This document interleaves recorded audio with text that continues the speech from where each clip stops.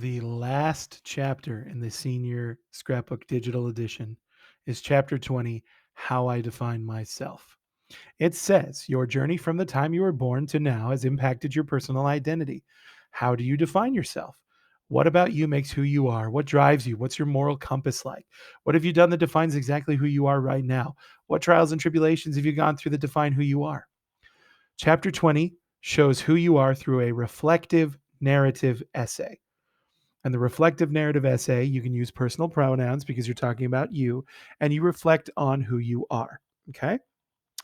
You're going to describe the person you've become, citing specific evidence from your life, advice you received, times you've struggled, anything that molds you to who you are.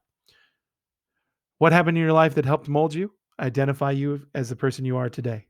It should summarize your journey and explain the creation process of who you are.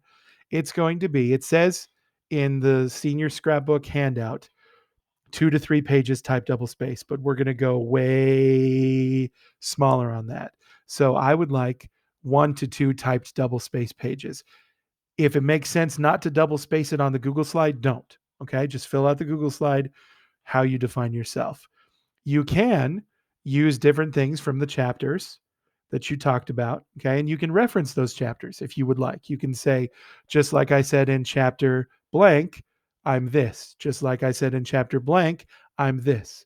And you can reflect on yourself in a narrative essay. Chapter 20, I would not write until everything else is done.